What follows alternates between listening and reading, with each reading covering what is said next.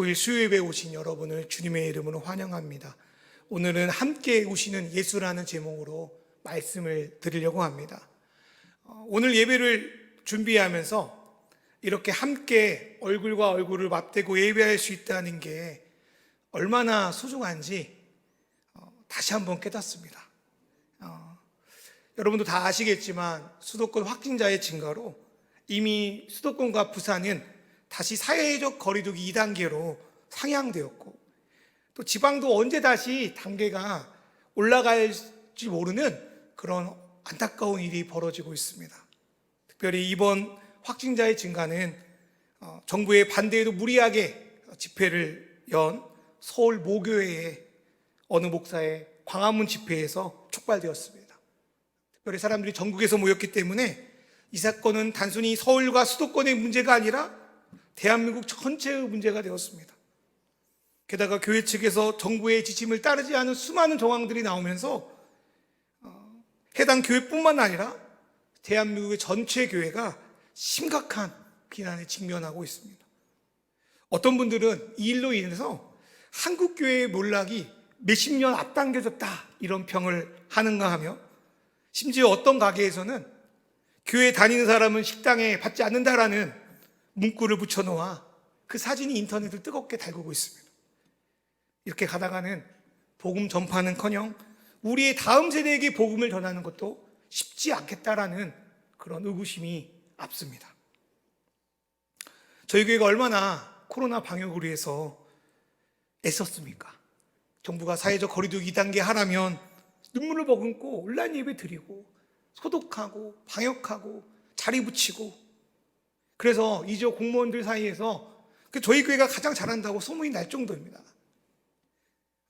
그렇게 잘했던 게 우리 교회뿐만이겠습니까? 한국의 많은 교회들이 어려움 속에서도 눈물을 흘리면서 방역을 잘 지켰습니다.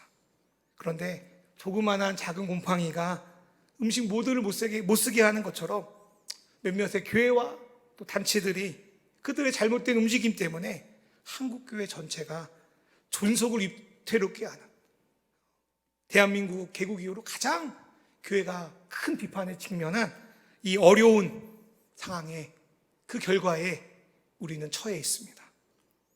이런 상황에 가장 딱 맞는 단어가 바로 죽음이라는 단어입니다. 오늘 말씀을 보면요, 나사로가 죽은 지 나흘이 되었습니다. 예수님을 누구보다 사랑했고요, 예수님을 섬겼고요, 두 여동생을 잘 돌봤던, 어쩌면 의인이라고 부를 수 있는 나사로가 왜 죽었을까요? 성경에는 나오지 않지만 어쩌면 작은 세균이, 어쩌면 작은 상처가, 잘못 먹은 음식이나 어쩌면 잘못 긁혔던 작은 상처 때문에 그 작은 것이 나사로 전체를 죽게 만들었을지도 모르겠습니다. 지금 한국교회도 마찬가지라고 생각합니다. 100년 전에 이 땅에 소망이 되어주고 많은 사람을 주께로 돌아오게 하는 그 영혼 구원의 사명을 감당했던 그 교회가 어쩌면 이 바이러스에 감염되어 한국교회 전체가 죽을 위기에 처한 것이 바로 지금이 아닐까라는 생각을 감히 해봅니다. 이러한 현실 가운데 너무 저게 마음이 답답하고 슬프더라고요. 여러분은 어떻게 사셨는지 모르겠지만 그 현실 앞에 슬퍼하고 애통하고 화가 날 수밖에 없다고 생각합니다. 오늘 말씀해 보니까 예기치 않은 오빠의 죽음에 슬퍼하고 원망하는 마르다와 마리아처럼 무너져 가고 있는 이 땅의 교회들을 바라보면서, 또 예수님께서 조금만 개입해 주면 좋겠는데라고 생각하지만 어쩌면 예수님이 개입하지 않는 것 같은 그러한 현실 속에서 답답해하고 있지 않습니까? 그런데 오늘 말씀에서 중요한 것이 있습니다. 어제나 오늘이나 마리아와 마르다나 지금 우리 앞에서 우리 주 예수 그리스도께서 함께 울고 계시다는 사실입니다. 오늘 저는 함께 오는 예수님에 대해서 말씀드리고 싶습니다. 오빠 나사로의 죽음은 남은 두 자매에게 세상이 무너지는 듯한 충격과 슬픔을 가져왔습니다. 그런데 이들에게 더 큰 고통은 오빠의 죽음보다는 자기들이 사랑하는 예수님이 자기 가족이 가장 필요할 때 자신들을 찾아오지 않았던 것에 대한 원망이었습니다. 특별히 나사로 가정은 성경에 보니까 예수님과 매우 친밀한 관계를 유지하고 있었습니다. 그래서 이 두 자매가 예수님에게 소식을 전할 때 나사로라고 하지 않고 뭐라고 하냐면 사랑하는 자라는 표현을 합니다. 그만큼 예수님이 나사로가 예수님을 사랑했다는 거예요. 그리고 이 두 자매는 예수님이 계신 요단강까지 사람을 보내서 오빠의 상태가 위중하니 빨리 오십시오라는 소식을 전합니다. 그런데도 예수님은 오빠가 죽을 때도 오지 않고 오빠가 죽은 지 4일이 지난 그 시간에 베다니에 도착했습니다. 오배불망 예수님만 기다렸던 두 사람이었을 겁니다. 이들은 예수님이 오빠가 죽기 전에 예수님만 오셨더라면 오빠가 살 수 있었을 텐데 라고 믿었습니다. 그러나 예수님이 오빠가 죽은 후에 나오므로 이들이 붙잡았던 기존의 믿음이 산산조각 나버렸습니다. 그래서 예수님이 오셔도요, 예수님이 나사로를 살릴 수 있다는 것을 믿지 못합니다. 왜냐하면 마르다, 마리아 두 사람 다 똑같이 주님이 여기 계셨더라면 오빠가 죽지 않았을 건데요 라고 말하며 아쉬움을 토해내기 때문입니다. 그런데요, 예수님이 마르다를 대하는 것과 또 마리아를 대하는 방식이 성경에 보면 다릅니다. 마르다는 이제 자신이 집안의 가장이라는 생각도 있었을 거고 원래가 좀 이성적인 성격이었던 것 같아요. 그래서 슬픔 속에서도 그 감정을 억누르고 예수님과 부활에 대해서 이성적인 대화를 나눕니다. 반면에 마리아는 매우 감정적인 성격이었던 것 같아요. 예수님이 베다니에 오셨을 때 마리아는 예수님을 맞이하러 나간 반면에 마리아는 집에만 있었습니다. 여기에 대한 여러 가지 해석이 있는데 제가 볼 때는 마리아가 너무 슬퍼한 나머지 거의 실신한 지경에 이르렀기 때문에 집에 머물러 있었을 거라고 생각이 듭니다. 그래서 마르다도 마리아의 상태 때문에 소식을 바로 전하지 않은 것일 겁니다. 그리고 마르다는 자신이 먼저 예수님을 만난 다음에야 마리아한테 가서 마리아야, 예수님이 오셔서 너를 찾는다 라고 소식을 알리는 겁니다.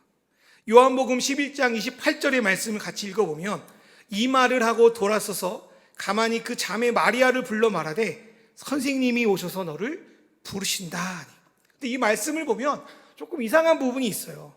개역 성경에는 가만히라고 표현되어 있고 표준세 번역에는 조용히 마르다는 마리아에게 예수님이 오셨다는 소식을 전합니다. 여러분, 누군가에게 굳이 조용하게 말을 한다는 것은 뭔가 이유가 있어서가 아닙니까? 아마도 마르다는 예수님이 마리아에게도 자신처럼 따로 전할 말이 있으니까 남들 모르게 조용히 나오라는 의미로 아마 그렇게 조용하게 말을 했을 겁니다. 그런데요, 마음에 슬픔이 가득 찬 마리아가 그런 언니의 의도를 알아차릴 턱이 없습니다. 다른 것은 눈에 들어오지도 않고요, 오직 예수님이 오셨다는 말에 벌떡 일어나가지고요, 마치 실성한 사람처럼 예수님을 만나러 뛰쳐나갑니다. 요한복음 11장 29절의 말씀 보니까 마리아가 이 말을 듣고 급히 일어나 예수께 나아가매. 여러분, 집에 있다가요, 마리아가 갑자기 나갈 때 그 옆에 있었던 조문객들은 어떻게 반응을 보였을까요? 깜짝 놀랐을 거예요. 그렇지 않아도 지금 상태가 안 좋은데 갑자기 뛰쳐나가니 얼마나 마리아가 걱정이 됐겠습니까? 물론 마리아가 오빠 무덤에 가서 또 울려나 보다라는 예상을 했지만 그래도 정신없는 사람이 나가다가 무슨 일이 생기면 안 되니까요, 같이 마리아와 함께 했던 사람들도 같이 마리아를 따라 쫓아나갑니다. 요한복음 11장 31절에 보니까 마리아와 함께 집에 있어 위로하던 유대인들은 그가 급히 일어나 나가는 것을 보고 곡하려 무덤에 가는 줄로 생각하고 따라갔더니 라고 말씀하고 있습니다. 그런데 마리아가 향한 곳은 오빠 나사로의 무덤이 아니라 예수님이 계신 곳이었습니다.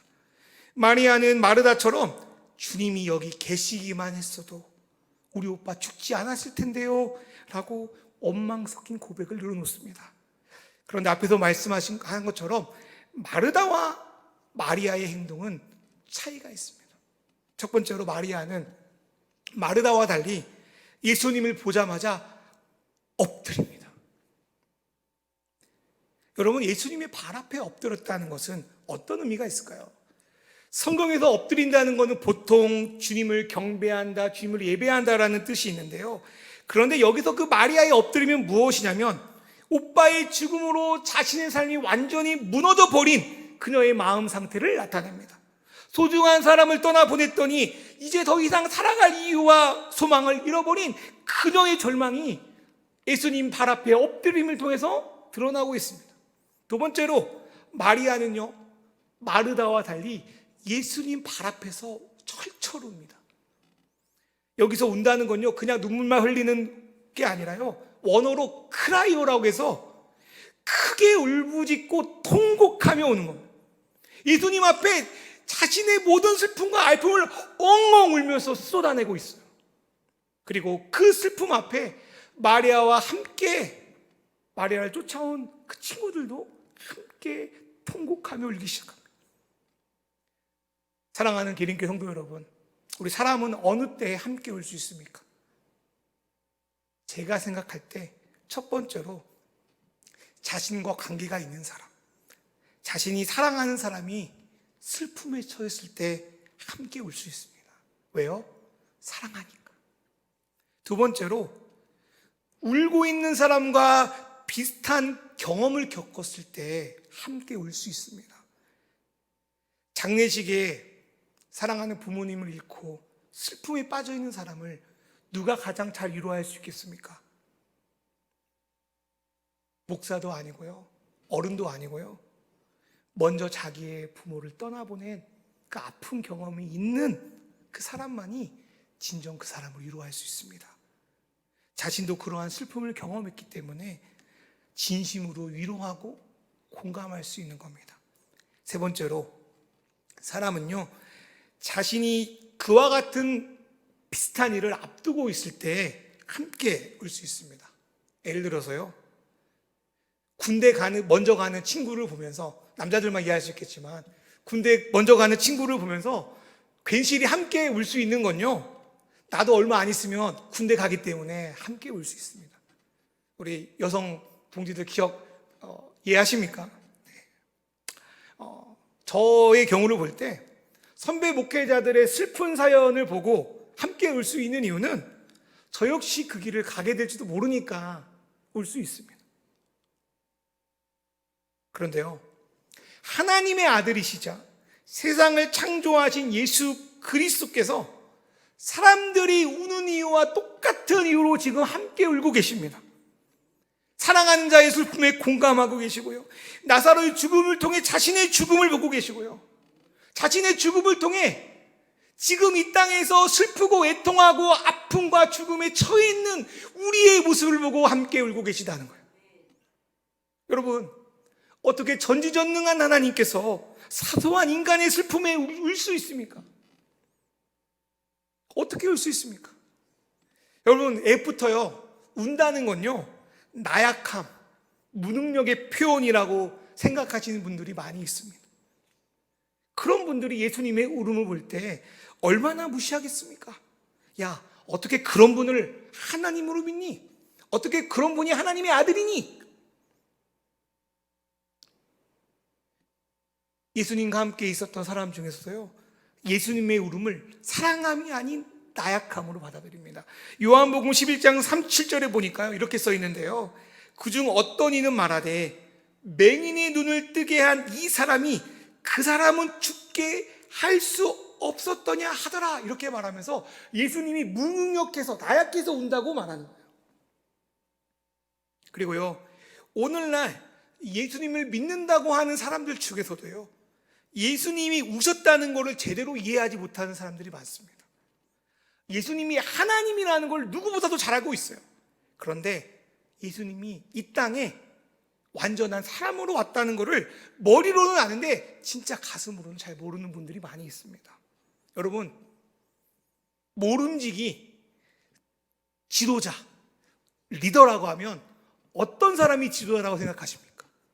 카리스마가 넘치고 강하고 능력 있고 눌러도 피 한 봉을 안 나올 것 같은 빈틈없는 사람이 지도자가 되어야 된다고 생각하십니까?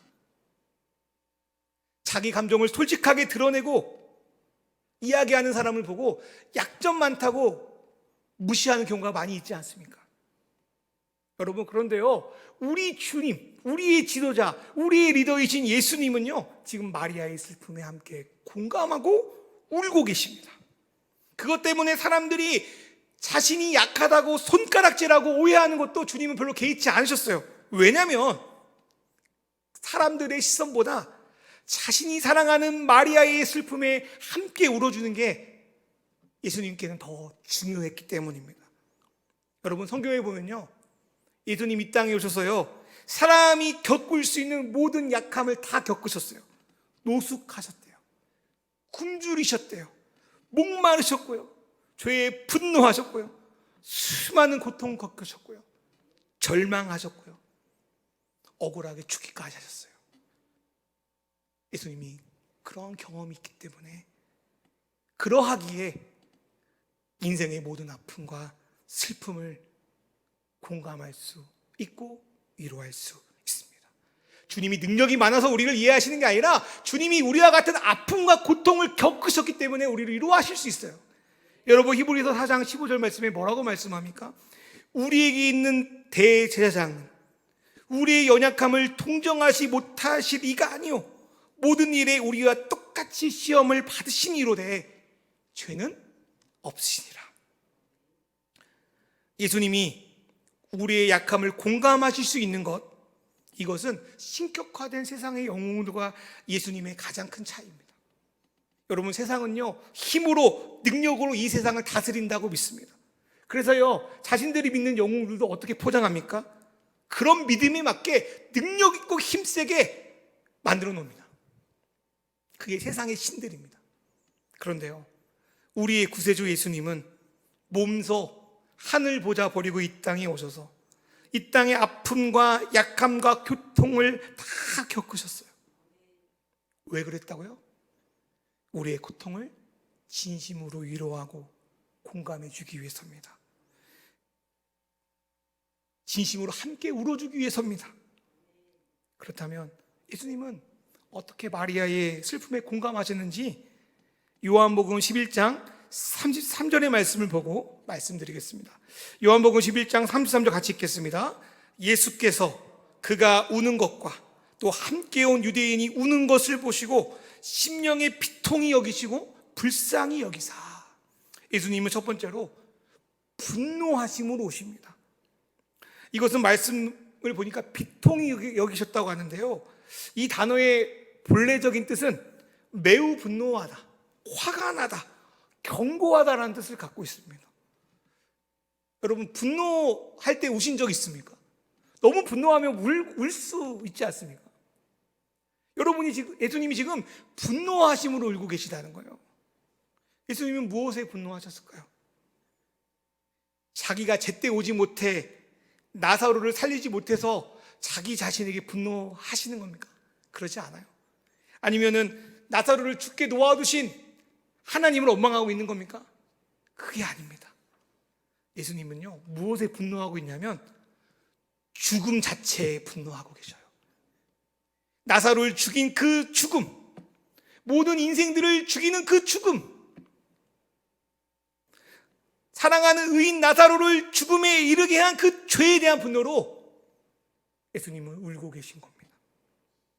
이 죽음에 대한 분노를 쏟아내는 구절이요, 고린도전서 15장 55절부터 56절의 말씀인데요, 같이 한번 읽어보면요, 사망아 너의 승리가 어디 있느냐, 사망아 네가 쏘는 것이 어디 있느냐, 사망이 쏘는 것은 죄요 죄의 권능은 율법이라. 여러분, 하나님은요 죽음에 대해서 분노하십니다. 왜냐하면 하나님은 본래 인간을 죽지 않는 존재로 창조하셨습니다. 그런데요, 죄로 인해서 인간이 죽게 되었습니다. 그 죄는 인간이 인간을 죽게 만드는 끔찍한 살인으로 이어졌습니다. 가인이 선한 아벨을 죽였던 것처럼 지금 우리가 사는 세상에도 얼마나 이 땅에 아벨의 피가 흘러 넘쳐서 하나님 앞에 울부짖는 소리가 얼마나 큰지 모르겠습니다. 그런데 예수님은 이러한 죽음에 대해서 거룩한 분노로 반응하시고 거룩한 분노로 울고 계십니다. 그리고 이 분노는 예수님 자신이 이 땅에 오셔서 자신의 죽음으로 인간의 죽음을 대신 지는 데까지 나아갑니다. 그리고 지금도 예수님은 우리가 겪는 죄와 죽음에 대해서 여전히 분노하고 계십니다. 사랑하는 여러분, 그리스도인들은요, 이 땅의 불의에 분노하셔야 됩니다. 그리스도인들은요, 이 땅의 악함에 대해서 분노하셔야 됩니다. 여러분, 한 주 동안 세상에 살면서 분노할 일이 많았습니까? 화가 난 일이 얼마나 많았습니까? 억울한 일이 얼마나 많았습니까? 세상의 죄악에 대해서 얼마나 분통하고 안타까워하십니까? 그때 무엇을 생각해야 됩니까? 누군가가 옆에서 공감해주고 같이 화내주면 얼마나 우리 안에 위로가 됩니까? 그런데 우리가 죄와 죽음에 대해서 분노하고 있을 때 우리 옆에 다른 사람이 아니라 우리 주 예수 그리스도께서 여러분과 함께 분노하며 울고 계시다는 거, 여러분 기억하시길 바랍니다. 여러분, 이걸 기억할 때 우리는 속상한 일이 있어도, 분노한 일이 있어도, 억울한 일이 있어도 주님 앞에 위로받을 줄 믿습니다. 게다가 주님은요, 우리에게 반드시 죄와 죽음을 심판한다고 약속하십니다. 로마서 12장 19절이 뭐라고 말씀하냐면요, 내 사랑하는 자들아, 너희가 친히 원수를 갚지 말고 하나님의 진노하심이 맡기라. 기록되었을 때 원수 갚는 것이 내게 있으니 내가 갚으리라고 주께서 말씀하시니라. 세상의 불의를 볼 때 우리는 분노할 수밖에 없습니다. 정직하게 사는 사람은요, 실패하고 거짓된 사람들은 성공하는 모습을 볼 때 우리는 화가 날 수밖에 없습니다. 그런데 이 말씀을 붙들고 주님이 우리와 함께 분노하시고 주님께서 심판하실 거라는 약속을 믿을 때 우리는 이 땅에서, 이 불의한 세상에서 주님 말씀 붙들고 살아갈 힘과 용기를 얻는 줄 믿습니다. 오늘 하루 이 불의한 세상에 살다가 화가 나서 애통하고 분노하고 눈물 지은 분들이 계십니까? 오늘 말씀을 통해 주시는 예수님의 위로와 공감을 누리시길 주님 축원합니다. 두 번째로 예수님이 어떻게 오셨습니까? 민망히 여기시며 오셨다라고 성경에 써 있습니다. 민망이라는 단어의 본래 뜻은 어지럽다, 흔들리다 라는 의미를 담고 있습니다. 이 말씀을 통해서 우리는 지금 예수님이 흔들리고 있음을 알고 있습니다. 예수님의 마음이 지금 흔들리는 이유가 무엇입니까? 사랑하는 자의 고통과 슬픔에 흔들리고 있어요. 사랑하는 기린 성도 여러분, 천지를 지으신 하나님의 아들이 일개 사람의 상태 때문에 흔들리고 있다는 게 말이 됩니까? 그런데 실제 이러한 일들이 우리에게 일어났습니다. 인간이 죄로 죽게 되는 상황을 보시고 그 안타까운 하나님의 마음이 보좌를 흔들었습니다. 보좌를 흔들어서 예수님이 이 땅에 내려오셨어요.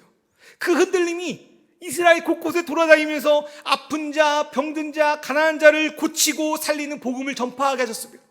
그 흔들림이 예수님을 지금 울게 하고 계시고요, 그 흔들림이 자기 생명까지 드리면서 인간을 구원하시는 십자가의 자리까지 가십니다. 사랑하는 여러분, 우리 안에도 예수를 우리 안에 품은 우리 그리스도인들도 이러한 흔들림이 있어야 할 줄 믿습니다.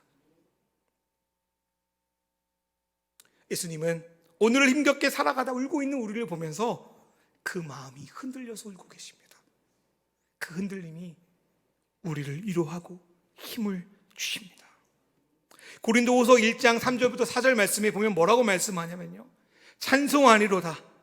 그는 우리 주 예수 그리스도의 하나님이시요 자비의 아버지시요 모든 위로의 하나님이시며 우리의 모든 환난 중에서 우리를 위로하사 우리로 하여금 하나님께 받은 위로로서 모든 환난 중에 있는 자들을 능히 위로하게 하시는 이시로다 라고 말씀합니다.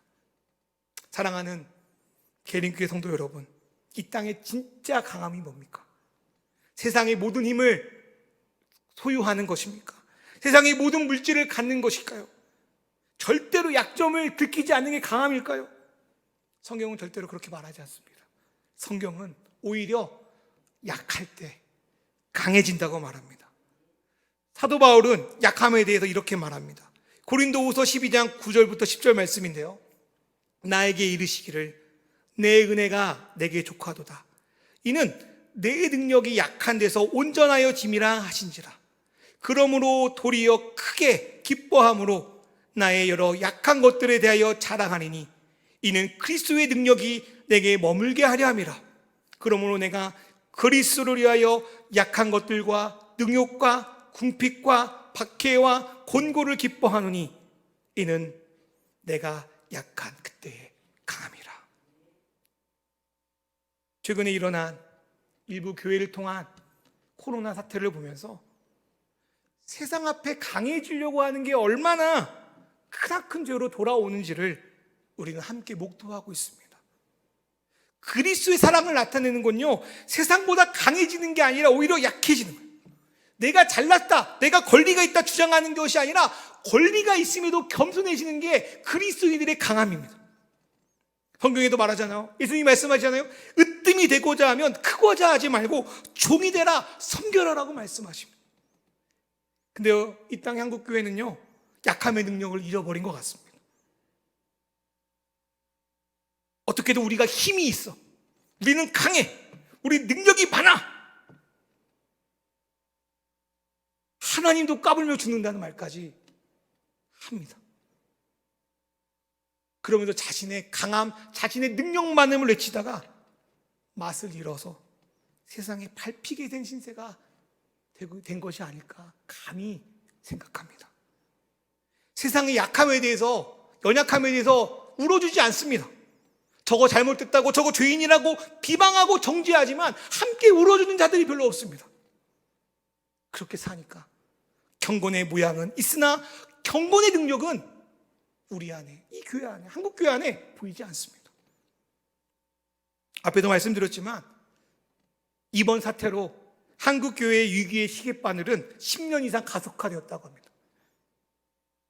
우리는 이제부터라도 베드로전서 4장 10절의 말씀처럼 정신을 차리고 깨어 있어야 될 줄 믿습니다. 어떻게 정신을 차리고 깨어 있어야 됩니까? 다시 약함의 능력을 회복해야 됩니다. 다시 눈물을 회복해야 됩니다. 다시 사랑을 회복해야 됩니다. 힘 있어 보이려고 강해지는 것이 아니라 진짜 우리 연약함을 드러내야 합니다. 불의한 것에 함께 동조하여 그 힘을 얻으려고 애쓰는 것이 아니라 그렇게 하면 안 된다고 정의의 분노를 내뱉어야 합니다. 고통과 절망 가운데 있는 사람을 찾아가서 너 그거 잘못됐다고 정죄하는 것이 아니라 함께 울어줘야 합니다. 그렇게 약함이 드러내야 고린도후서 12장 9절의 말씀처럼 나의 능력이 아니라 주님의 능력이 우리 안에 머물게 될 줄 믿습니다. 그리고 지금은요, 그리스도께서 나의 모든 아픔을 십자가에 가져갔으니 나는 이제 세상 것 좀 누리면 돼, 그럴 때가 아니라 오늘 고린도후서 12장 10절의 말씀처럼 그리스도를 위하여 약한 것들과 능욕과 궁핍과 박해와 공고를 감당해야 할 때가 바로 어쩌면 저와 여러분이 살고 있는 지금일지도 모르겠습니다. 사랑하는 여러분, 예수님이 지금 울고 계십니다. 저와 여러분을 위해 울고 계시고요, 이 땅의 그리스도인들에서 울고 계시고요, 마디는 소금이 되어서 땅바닥에 밟히고 있는 교회를 위해서 울고 계십니다. 예수님이 울고 계시면 저와 여러분도 울어야 됩니다. 작금의 교회 현실 앞에 울어야 되고요, 통곡해야 됩니다. 그리고 우리 때문에 온갖 수치와 모멸을 대신당하고 계시는 예수님 대신에 우리가 그 아픔을, 그 수모를 감당해야 됩니다. 우리가 약해질 때, 우리가 겸손해질 때 예수님처럼 우는 자들과 함께 진정 울고 공감할 때 세상의 강함이 아니라 그리스도의 강함이 우리 안에 다시 회복될 줄 믿습니다.